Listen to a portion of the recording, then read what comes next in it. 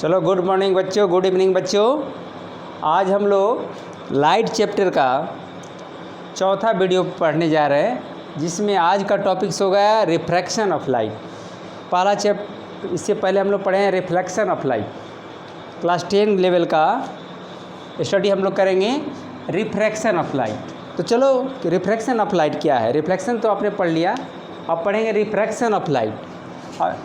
तो चलिए लिखते हैं refraction of light. Refraction of light आज का टॉपिक्स होगा रिफ्रैक्शन ऑफ लाइट। इसके साथ पढ़ेंगे cause of refraction of light, concept of refraction, refractive index और रिलेटिव रिफ्रैक्टिव इंडेक्स, और इस पर बेस्ड कुछ न्यूमेरिकल बनाएंगे। तो आज यही टॉपिक्स रहेगा। तो पहला है रिफ्रैक्शन ऑफ लाइट। तो चलो क्या होता है जब रे ऑफ लाइट वन मीडियम से अनदर मीडियम में जाती है। जब रे ऑफ लाइट वन मीडियम से अनदर मीडियम में जाती है तो अपने पाथ को चेंज कर लेती है, अपने पाथ से बेंड हो जाती है, मुड़ जाती है। तो लाइट के इस फिनोमेनन को क्या कहते हैं? रे ऑफ लाइट। उसमें कंडीशन है जो ray of light should be obliquely pass from one medium to another, and that conditions it changes its path, and this phenomenon of light is called refraction of light. कहने का मतलब हुआ, ये मान लो यहाँ पर एक मीडियम है, ऊपर में एयर है, ऊपर में क्या है? एयर है, नीचे में क्या है? वाटर है,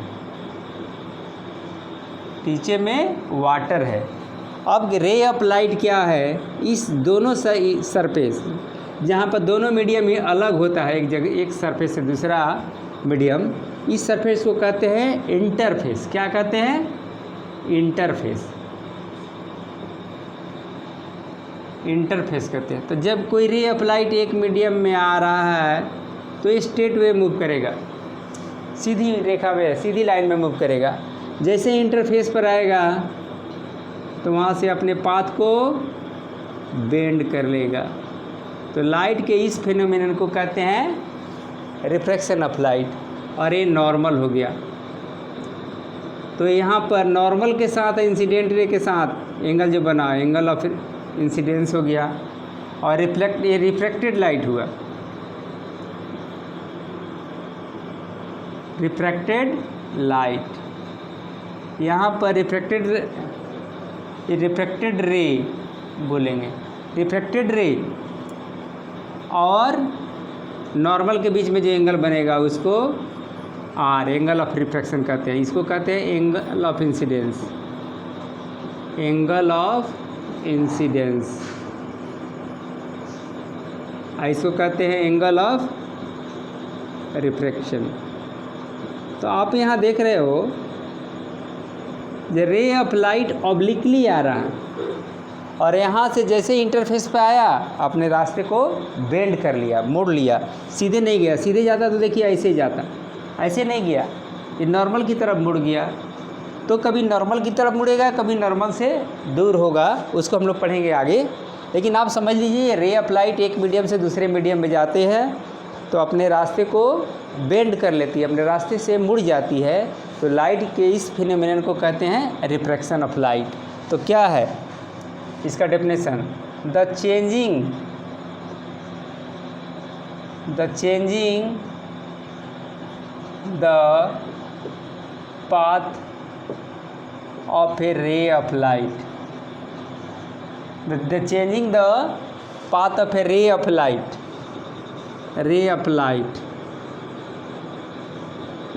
when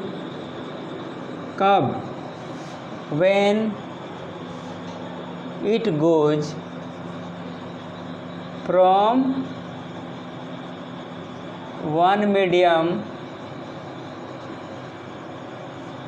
to अनदर मीडियम, एक मीडियम से दूसरे मीडियम में जाती है, another medium. This phenomenon of light, light के इस फिनोमेनन को, दिस फिनोमेनन ऑफ लाइट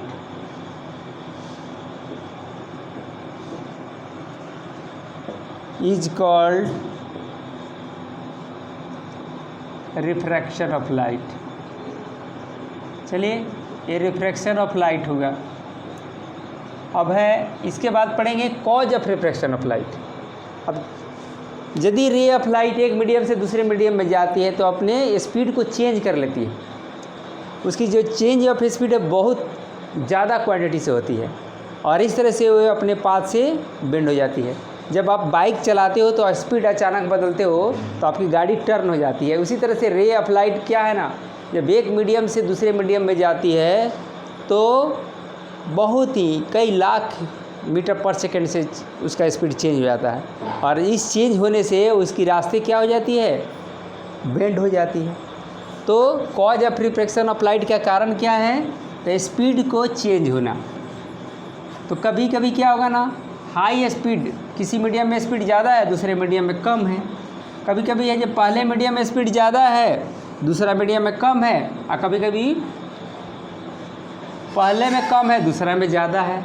तो इस तरह से लाइट का बेंडिंग का स्थिति चेंज होगा। अब क्या है ना, cause of changing the path, that is the cause of changing the path of A ray of light. रे ऑफ लाइट का कारण क्या है? अब क्या है ना, इसके कारण है when A ray of light, when A ray of light क्या करता है, it goes, it passes, it goes from one medium to another medium, one medium to another medium, it bends from, when a ray of light it goes from one medium to another medium, its क्या होता है, its speed changes, its speed changes, that's why, जिसके चलते that's why it bends its path, it bends its path, अपने path को बदल लेती है। क्या है ना, एक मीडियम में दूसरे मीडियम में स्पीड चेंज हो जाता है, तो एक कॉज हो गया। अब क्या है ना, अब हम लोग पढ़ेंगे इसमें एक दो मीडियम का, दो तरह का मीडियम आप पढ़ेंगे, एक होगा डेंसर, एक होगा रेयरर। अभी अब रे ऑफ लाइट के बारे में पढ़ेंगे, डेंसर और रेयरर। तो चलो, टाइप्स ऑफ मीडियम। अब क्या है ना, टाइप्स ऑफ मीडियम, दो थोड़ा सा इसका डिस्कस कर लेते हैं। टाइप्स ऑफ मीडियम,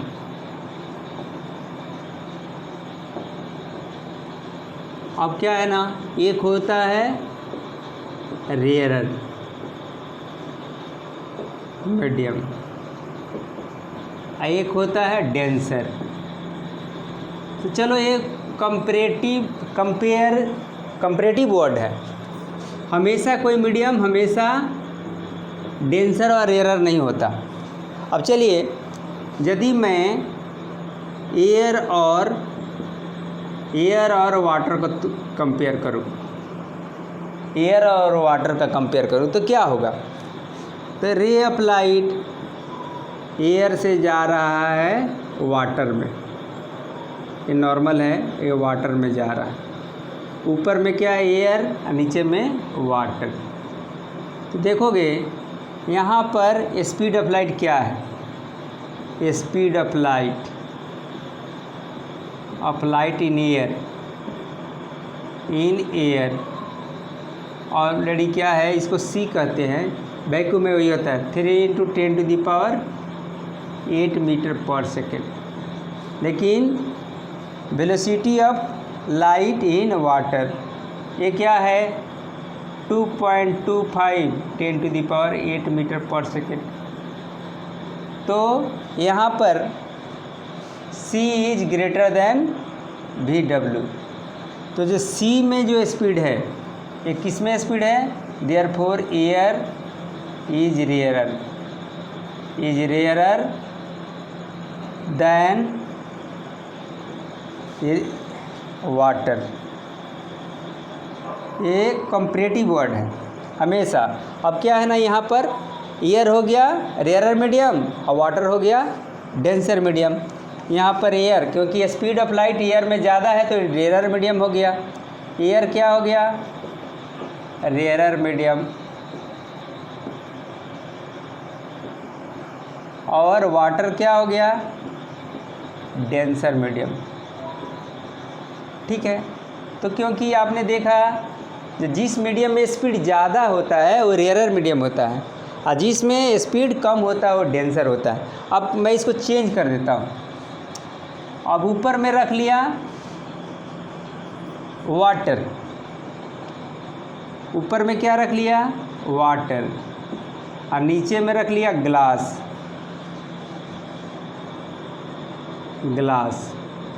तो जानते हो ये VW speed of light in water क्या है, 2.25 10⁸ मीटर पर सेकेंड।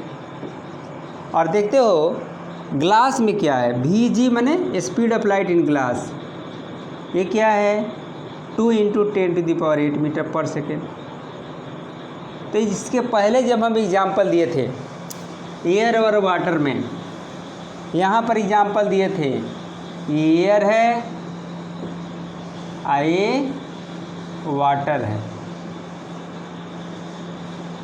तो यहाँ C लिखते हैं 3 × 10⁸। अभी हम लोग पढ़े इसके बारे में। यहाँ लिखा 2.25 10⁸ मीटर पर सेकेंड। तो यहाँ पर क्या हुआ, एयर में स्पीड ज़्यादा है तो एयर क्या हुआ, रेयरर मीडियम हो गया क्योंकि इसमें स्पीड ज़्यादा है। और वाटर क्या हो गया यहाँ पर, डेंसर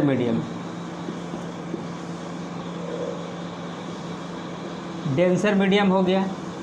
लेकिन यहाँ पर हम देखते हैं जो वाटर क्या है, क्योंकि वाटर में स्पीड ज़्यादा है 2.25 10 मैंने 2.25 है, यहाँ पर 2 है, तो वाटर क्या हो गया, रेयरर मीडियम हो गया। और यहाँ पर ग्लास क्या हो गया, डेंसर मीडियम हो गया। तो जब हम दो मीडियम को लेंगे उसमें कंपेयर करेंगे, वो परमानेंटली वाटर चाहे एयर, डेंसर एयर कभी नहीं होता। अब एयर ले ले, वैक्यूम ले ले, तो एयर हो जाएगा आपको डेंसर, अब वैक्यूम हो जाएगा रेयरर, क्योंकि थोड़ा सा लिटिल डिफरेंस कम होता है वैक्यूम में स्पीड ऑफ लाइट एयर की अपेक्षा, तो लगभग बराबर मान लेते हैं। लेकिन एक्चुअल लिया जाए तो वैक्यूम में स्पीड सबसे ज़्यादा होता है। तो ये जो वर्ड है रेयरर और डेंसर, ये आपने समझा कि ये हमेशा परमानेंट फिक्स नहीं होता है। जब हम दो मीडियम को कंपेयर करेंगे तो in the medium in which speed of light is more is known as rarer medium and comparatively the another medium in which speed of light is less, that is the denser medium. तो एक comparatively word है, compare करके हम दो medium से हम उस समय निकालते हैं जब रे ऑफ लाइट एक मीडियम से दूसरे मीडियम में जाती है तो डेंसर और रेयर कहते हैं। ये परमानेंट कोई फिक्स नहीं है। आपने देखा ये वाटर एक बार डेंसर हो गया है, वाटर एक बार रेयर मीडियम हो गया। तो ये अब क्या है ना, इन विच मीडियम आपने देखा स्पीड जिसमें ज़्यादा होता है वो रेयरर होता है, जिसमें स्पीड कम होता है वो डेंसर मीडियम होता है। इसके लिए इसको ऑप्टिकल डेंसिटी भी कहते हैं। ऑप्टिकल डेंसिटी जिसमें स्पीड ज़्यादा है वो इसकी ऑप्टिकल डेंसिटी कम है, और जिसमें स्पीड कम क्या है, जिसमें स्पीड बहुत कम है उसकी ऑप्टिकल डेंसिटी ज़्यादा है। स्पीड ज़्यादा है, ऑप्टिकल डेंसिटी कम। तो ये हो गया। अब क्या है ना, रिफ्रैक्टिव इंडेक्स हम लोगों को जाना है।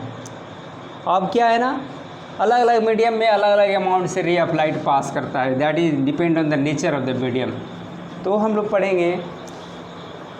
तो आज का टॉपिक्स जो है रिफ्रैक्टिव इंडेक्स, इस पर हमको जाना है।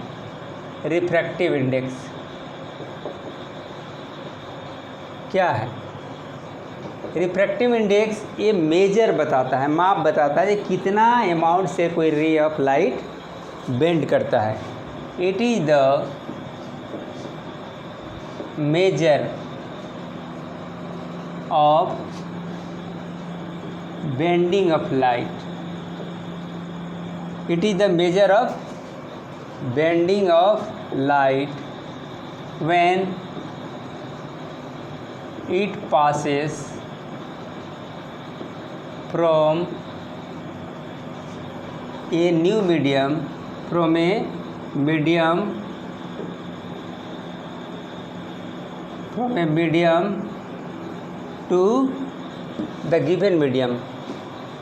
to the given medium from a air लिख देते हैं, from air to the given medium.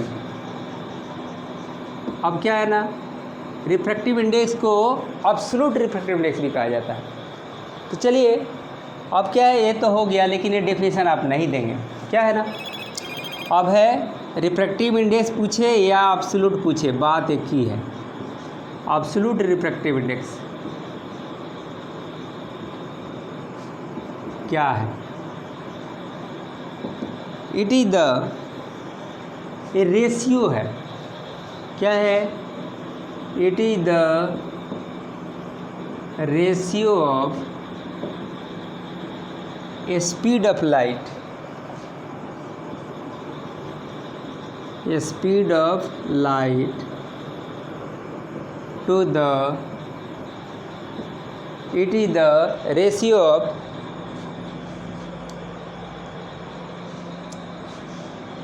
ऐसा लिखिए, इस तरह से लिखिए तो, और इसको थोड़ा लैंग्वेज चेंज कर देते हैं। The refractive absolute refractive index of medium, absolute refractive index, absolute refractive index of a medium is defined as the, कैसे डिफाइन करेंगे? defined as the speed of light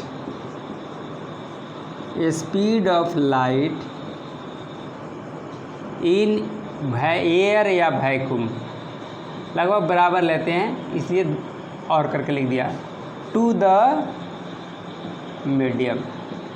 जिस मीडियम का रिफ्रैक्टिव इंडेक्स निकालते हैं वो सेकेंड पोजीशन में रहेगा, उसमें रे ऑफ लाइट बाद में जाएगी। कहने का मतलब हुआ, ये नीचे में लिख दिया ग्लास, तो रे ऑफ लाइट कहाँ से जा रही है? ये एयर है या वैक्यूम है, ये ग्लास में जा रही है, नॉर्मल है। अब क्या है ना, यहाँ से बेंड हो जाएगा। क्या है ना, डेंसर से रेयरर से डेंसर में तो नॉर्मल की तरफ मुड़ता है, उसको पढ़ेंगे कारण। रेयरर या डेंसर, क्या कि ऑलरेडी आपको बता चुका हूँ, ये आई है तो ये आर है, ठीक है। अब रे ऑफ लाइट क्या हुआ? Moves toward the normal. तो इस तरह से अब क्या है ना, इसमें स्पीड क्या है? सी है 3 × 10⁸ मीटर पर सेकेंड। इसमें क्या है? ग्लास है तो Vg है 2 × 10⁸ मीटर पर सेकेंड। अब क्या है ना, the refractive absolute refractive index of a medium is defined as the speed of, defined as the ratio of speed of light in air vacuum to the speed of light in the medium. Speed of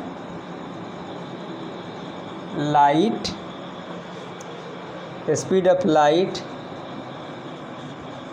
in that medium, in the medium. तो ये हो गया। अब इसको अब numerically value क्या निकालोगे? अब चलो न्यूमेरिकल वैल्यू इस तरह से निकालते हैं।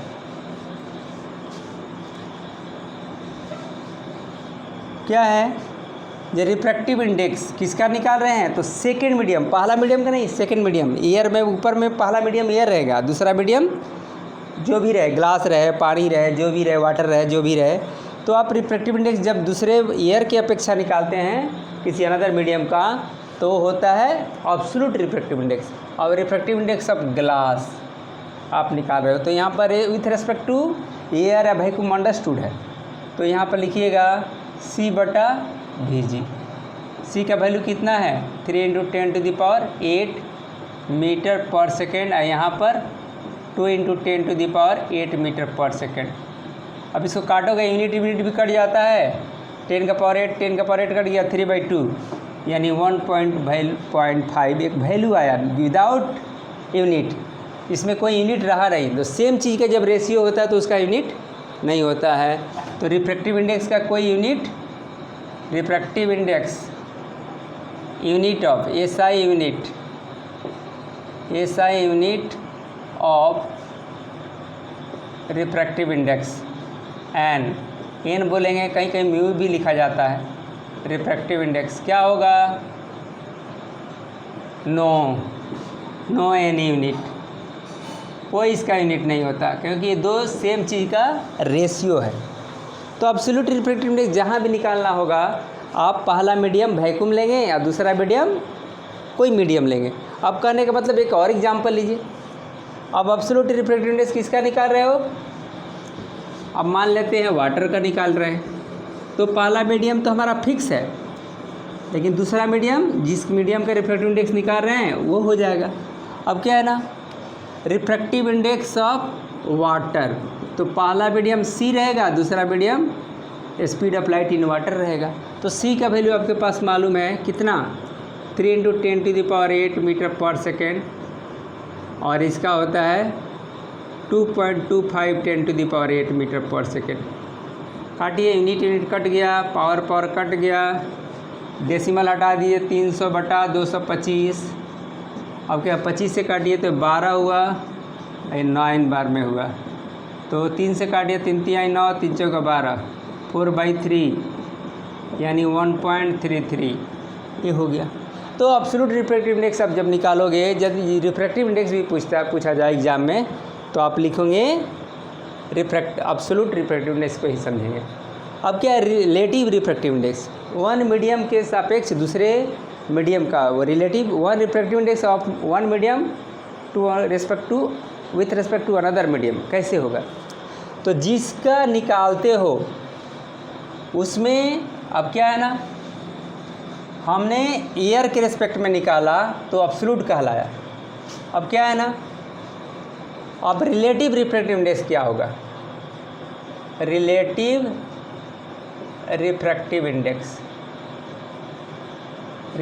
रिफ्रैक्टिव इंडेक्स क्या होगा। अब क्या है ना, यहाँ पर दो मीडियम है, एयर नहीं लेते हैं, यहाँ पर ले लिया ग्लास और यहाँ लिया वाटर, तो रे ऑफ रिफ्रैक्टिव इंडेक्स किसका निकालते हैं, मीडियम दूसरा का पहला के रेस्पेक्ट में। तो यहाँ पर रिफ्रैक्टिव इंडेक्स ये नॉर्मल से दूर जाएगा, क्या कि यहाँ पर इसमें स्पीड कम होता है।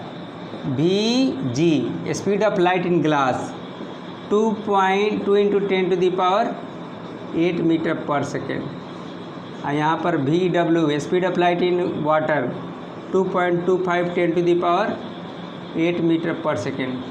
तो ऊपर में हो गया डेंसर मीडियम, क्या कि स्पीड ज़्यादा है कम है, तो हो गया डेंसर, ये हो गया रेयरर। तो इसलिए नॉर्मल से दूर जाता है, थोड़ा दूर भाग जाता है, ऐसे नहीं भागा है, थोड़ा दूर भाग गया। तो यहाँ I छोटा और R बड़ा होता है, I is less than angle R, यानी angle of incidence is less than angle of refraction. अब क्या है, रिलेटिव रिफ्रैक्टिव इंडेक्स निकालते हो तो इसमें बात ध्यान रखना है, क्या बात ध्यान रखना है, जो ही आपको निकालना है रिफ्रैक्टिव इंडेक्स ऑफ वाटर, किसके रेस्पेक्ट में, तो ग्लास के रेस्पेक्ट में। तो ऐसे लिखते हैं, या इसको ऐसे भी लिख सकते हैं, refractive index of water with respect to glass. ऊपर में जिसके रेस्पेक्ट में निकालते हो ऐसे लिखते हैं। इसका सिंबल पहचान लीजिए, रिफ्रैक्टिव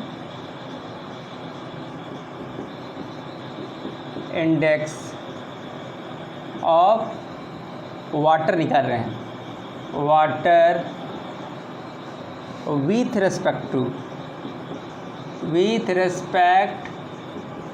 टू ग्लास। जो पहला मीडियम रहता है उसके रेस्पेक्ट में हम दूसरे मीडियम का रिफ्रैक्टिव इंडेक्स निकालते हैं। तो चलिए, अब जब एब्सोल्यूट रिफ्रैक्टिव इंडेक्स के कंसर्न में क्या निकालते थे, एयर बटा मीडियम, ये वी एम, ये मीडियम था तो इसमें स्पीड ऑफ लाइट यहाँ सी लेते थे, यहाँ वी एम लेते थे, तो सी बटा वी एम करते थे। अब उसी के हिसाब से आप एयर के रेस्पेक्ट में नहीं निकाल रहे हैं, अब एक मीडियम के रेस्पेक्ट में दूसरे मीडियम का, तो दूसरे मीडियम का ही निकालते हैं वाटर का, किसके रेस्पेक्ट में, ग्लास में। तो जो ऊपर में रहता है उसी का स्पीड पहले लिखते हैं, N W G speed of light in water बटा speed of light in glass, ऐसे लिखेंगे। और इस तरह से relative refractive index of water with respect to glass का ये फार्मूला आ जाएगा। अब इसका वैल्यू भी आप निकाल सकते हो, जो 3 इंटू कितना आता है वाटर का स्पीड, वाटर में लाइट का स्पीड 2 इंटू 10⁸ मीटर पर सेकेंड, यहाँ पर 2 इंटू 10⁸ मीटर पर सेकेंड। तो इसका यूनिट तो कुछ होता नहीं है, कट गया। अब क्या आया, 225 बटा 200, काटिएगा तो 9/8, 1 पॉइंट समथिंग कुछ आएगा। तो इस तरह से आप इसका एब्सोल्यूट रिलेटिव रिफ्रैक्टिव इंडेक्स निकाल लिए। अब क्या है ना, इसका दूसरा फार्मूला भी आप लिख सकते हो। क्या निकालेंगे, अब यदि हम वाटर रे नहीं ले, जनरल फार्मूला निकालते हैं। अब क्या है ना, relative refractive index N1 N21 refractive index of medium two with respect to medium 1। इसको क्या फार्मूला आएगा, इस मीडियम को हम मीडियम 1 ले लिए, यहाँ पर V1 ले लिया, यहाँ पर वाटर छोड़ दिया, मीडियम, ये मीडियम फर्स्ट, मीडियम 1 ले लिया, ये मीडियम 2 लिया। तो जनरलाइज फार्मूला निकाल देते हैं। इसमें स्पीड ऑफ लाइट क्या है, ये इसमें V1 है, इसमें V2 है। ये speed of light in medium first, speed of light in medium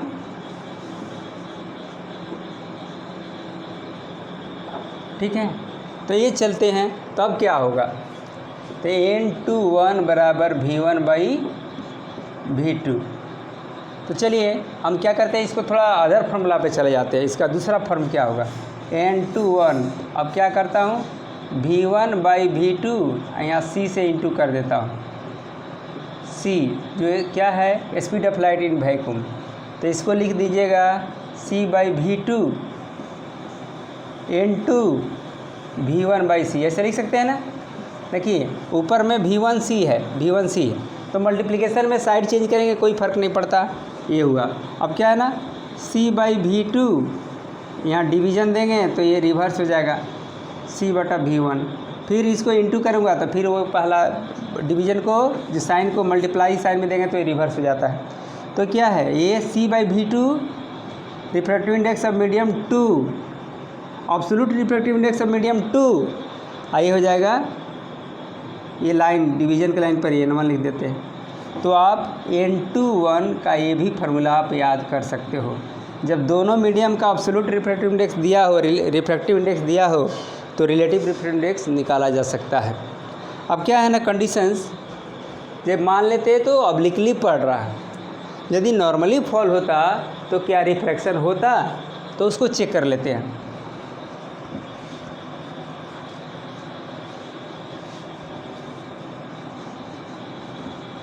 when ray of light falls normally, अब नॉर्मली फॉल्स होता है 90 डिग्री। अब क्या है ना, ये रे ऑफ लाइट है, इंटरफेस है, मीडियम 1, ये मीडियम मीडियम 2, ये मीडियम 1 है। रे ऑफ लाइट आया, अब क्या हुआ, ये बेंड हो गया, ऐसे ही बेंड नॉर्मल की तरफ हो चाहे नॉर्मल से दूर हो। अब क्या है ना, ये तो आपने देखा, लेकिन जब ये नॉर्मली फॉल्स करता है, यानी ये नॉर्मल ड्रॉ किया उसी के साथ आता है, ये नॉर्मल है, एन डैश इसी पर आता है। तो क्या है ना, जैसे जैसे कोई रे ऑफ लाइट है तो ये आई बड़ा है, अब क्या है, थोड़ा नज़दीक हो गया और थोड़ा नज़दीक हो गया और थोड़ा इसी पर आ गया। तो क्या है ना, इंसिडेंट रे नॉर्मल एक ही पॉइंट हो गया, एक ही रे ऑफ एक ही लाइन हो गया, तो उसके बीच में एंगल आई क्या हो जाएगा, आई हो जाएगा 0। तो क्या आर क्या होगा ना, तो आपके पास है refractive index of medium 2 with respect to medium 1।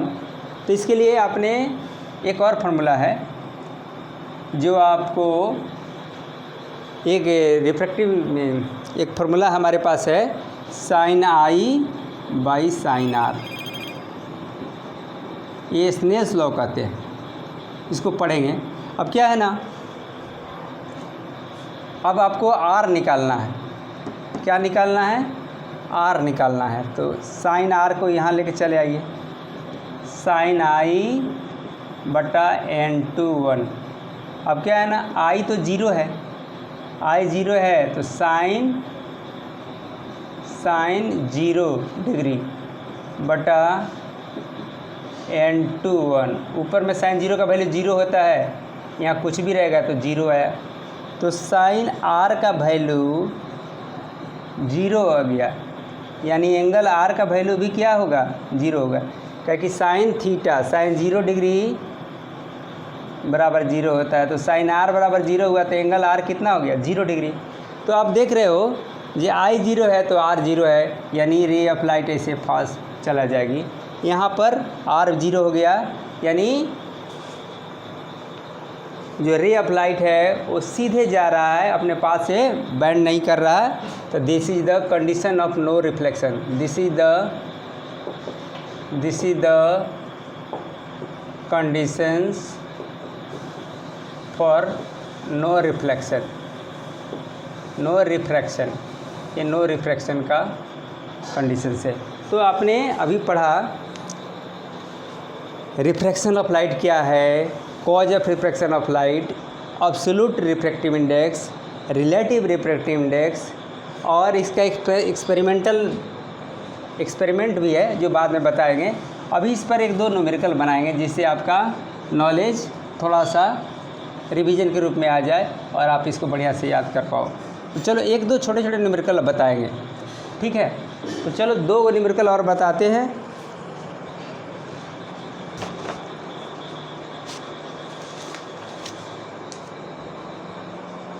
उसके बाद the refractive index of glass 1.65, what is the speed of light. अब आपके पास फार्मूला है, देखिए रिफ्रैक्टिव इंडेक्स के लिए फार्मूला है, how to solve numerical, how to solve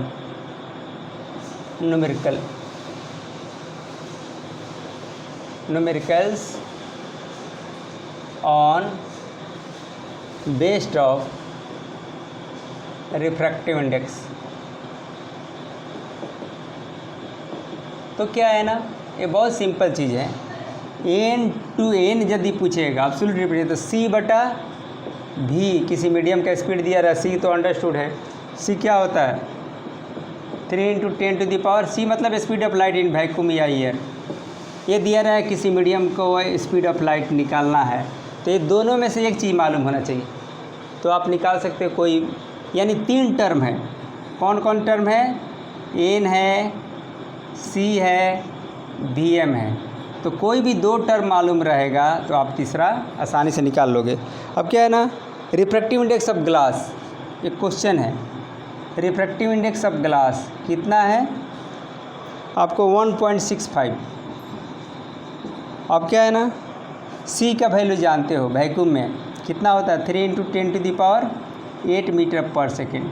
अब पूछ रहा है जो उस मीडियम में स्पीड ऑफ लाइट क्या होगा। तो फार्मूला आप लिखोगे, क्या लिखोगे,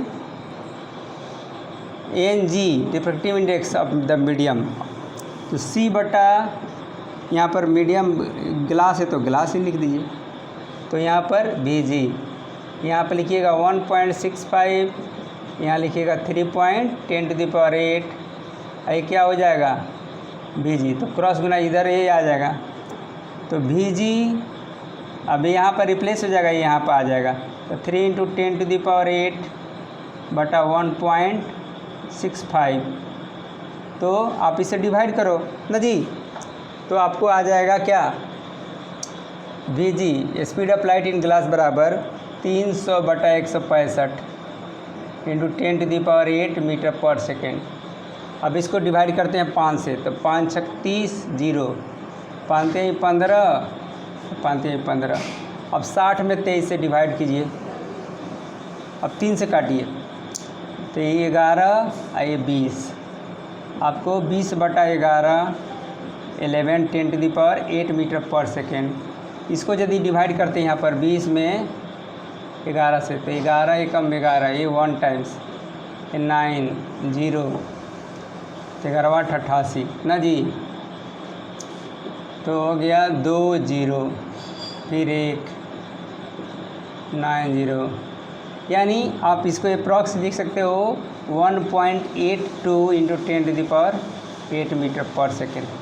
ये तो रिलेटिव एब्सोल्यूट रिफ्रैक्टिव इंडेक्स पर बेस्ड क्वेश्चन था। अब क्या है ना, यदि रिलेटिव में पूछा जाए तो उसमें भी 3 चीज़ें आती है, उसमें भी 3 चीज़ है।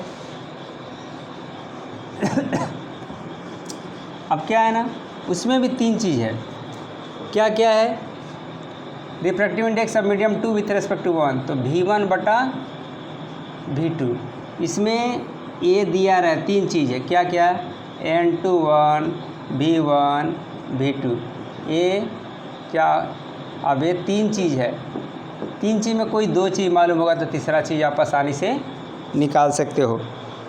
अब क्या है ना, refractive index of glass with respect to air, refractive index of glass with respect to air, ये दिया हुआ है, कितना है 1.5। अब क्या है ना, उसके बाद दिया है the refractive index of glass with respect to air 1.5, what is the refractive index of air with respect to glass, तो what is the refractive index of air with respect to glass, ये पूछ रहा है। अब क्या है ना, ये इसका वैल्यू क्या होगा, अब क्या है, पहला मीडियम क्या है, इसमें एयर है, और दूसरा मीडियम क्या है, ग्लास, तो ये दिया हुआ है। अब क्या है, इसका वैल्यू आप क्या लिखोगे, NGA, यदि आप लिखते हो refractive index of glass with respect to air, तो आप लिखोगे V1, यानी यहाँ पहला मीडियम VA/VG, ये आपका आ गया 1.5/1 कर दीजिए। अब क्या लिखना है, NAG, यानी दूसरा मीडियम एयर है। अब कंडीशन से ग्लास से जा रहा है, कहाँ से जा रहा है, ग्लास से जा रहा है एयर में, तो ऊपर में नीचे में एयर है, तो आप लिखिएगा V, पहला मीडियम में स्पीड ऑफ लाइट VG/VA। तो देखो इसको क्या कर दोगे, इसका रेसिप्रोकल हमको लिखना है, तो इसका रेसिप्रोकल क्या होगा 1/1.5। यदि ये वैल्यू मालूम है तो VA/VG मालूम है, तो VG/VA क्या हो, उसका रेसिप्रोकल है, तो उसका रेसिप्रोकल कर दिया, तो हमारे पास क्या आएगा, ये डेसिमल को हटाएंगे यहाँ 10, तो 5 दूना 10, 5 तिहाई 15, यानी आपको आ जाएगा 0.67। तो इस तरह से आप आसानी से निकाल सकते हो। कभी कभी क्या होता है ना, जो क्वेश्चन दिया रहता है थोड़ा सा उलझन वाला, उसको कैसे बनाओगे। अब क्या है ना, यहाँ पर दे दिया रिफ्रैक्टिव इंडेक्स 1 2, कुछ दे दिया 1 2 3 दे दिया, अब क्या है ना, N13 आपको निकालना है। तो क्या करोगे इसके लिए, अब क्या करोगे, मैंने क्वेश्चन बनाओगे कैसे, ये दिया हुआ गिवन, ये x है ये y है, ये गिवन है, ये गिवन है। समझने के लिए आपको एग्ज़ाम में कोई क्वेश्चन इसका वैल्यू दिया रहे तो 13 कैसे आएगा आपको निकालना है, ये कैसे निकालोगे। तो इसके लिए क्या करोगे, कौन उपाय करोगे जो आप क्वेश्चन आसानी से बना पाओगे, ठीक है। तो चलो N12 का मतलब क्या हुआ, यानी speed of light in medium first, इसमें है आप मीडियम 1 v2/v1। अब क्या निकालो v23, इसमें क्या लिखा रहे हैं v3/v2। आपको N13 यानी v3/v1 आपको निकालना है। तो क्या करोगे, आपको v3 को ऊपर रखना है, तो इसको और इसको डिवाइड करोगे या मल्टीप्लाई करोगे, ये ध्यान दीजिए। अब क्या है ना, इसकी जगह पर हम लिख सकते हैं ये 1 है, ये 2 है, 2 दिया हुआ है, हमको इसको निकालना है। तो मैं ऐसा कर देता हूँ, हमको ये v3 ऊपर चाहिए, तो v3 N23 को वैल्यू से इसको वैल्यू को मल्टीप्लाई कर देता हूँ, N12 देखिए क्या आता है v3/v2, और यहाँ पर N12 क्या है v2/v1, v1 कट गया तो आपको आ गया v3/v1। अब क्या है ना, N23 का क्या वैल्यू है, इसका वैल्यू N23 को y है, तो हमने y को मल्टीप्लाई करूँगा, और N12 का वैल्यू क्या है x है, तो इस तरह से हो गया y × x यानी xy, इसको लिख सकते हैं इस तरह से हम। अब क्या है ना, कभी कभी इसी में पूछ देता ये N31 क्या होगा, तो आप क्या करते, N31 पूछ देता तो आप क्या करते तो आप देखिए आपको निकालना तो क्या, N31 का मतलब क्या हुआ, ये v1/v3, v1 को ऊपर रखना है, तो v1 किस में ऊपर है, v1 तो किसी में ऊपर नहीं है, तो इसको नीचे रखेंगे, डिवाइड करेंगे। अब N23 डिवाइडेड बाई N12, इसमें क्या है, N23 को ऊपर में रखे हो, तो v3/v2 डिवीज़न v2/v1। अब क्या है, अच्छा N13 यदि हम निकाल देते हैं तो N13 का रेसिप्रोकल ही हो जाएगा, हमको उतना काम करने की ज़रूरत है, तो यहाँ उतना सॉल्व करने की भी ज़रूरत नहीं है। N13 निकाल दिए, 1/N31 करें, कुछ नहीं करना है। जब N13 मालूम है तो उसका रेसिप्रोकल हो जाएगा, तो इसका वैल्यू क्या हो जाएगा, N31 निकालना है तो 1/N13, तो 1/xy लिख दिया, हो गया। और इस तरह से हम न्यूमेरिकल को आसानी से बना सकते हैं। चलिए बच्चों, तो आप न्यूमेरिकल और रिफ्रैक्टिव इंडेक्स से संबंधित सारे क्वेश्चन आप आसानी से बना सकते हो। तो आज हमने जो पढ़ा उसके बारे में बताता हूँ। रिफ्रैक्शन क्या है, why does a ray of light bends, the concept of refractive index and how can you solve the numerical based on the refractive index. अब नेक्स्ट क्लास में हम लोग पढ़ेंगे लॉज ऑफ रिफ्रैक्शन और रिफ्रैक्शन थ्रू ग्लास स्लैब, उसके बाद हम लोग लेंस पर जाएंगे। तो आज का क्लास इतना ही रहने देते हैं। Thank you to meet with you. मैं समझता हूँ इससे थोड़ा एक बार दो बार आप अपने टेक्स्ट बुक को पढ़ लोगे तो सारे न्यूमेरिकल आसानी से बना दोगे। थैंक यू टू, यदि देखो मैं अपने तरफ से पूरा प्रयास किया जो आपको समझ में आ जाए। इस वीडियो को एक बार दो करके पॉज करके देखिए, यदि अच्छा लगे तो सब्सक्राइब कीजिए, अपने दोस्तों में शेयर कीजिए और इसे लाभ उठाइए। Thank you. कितना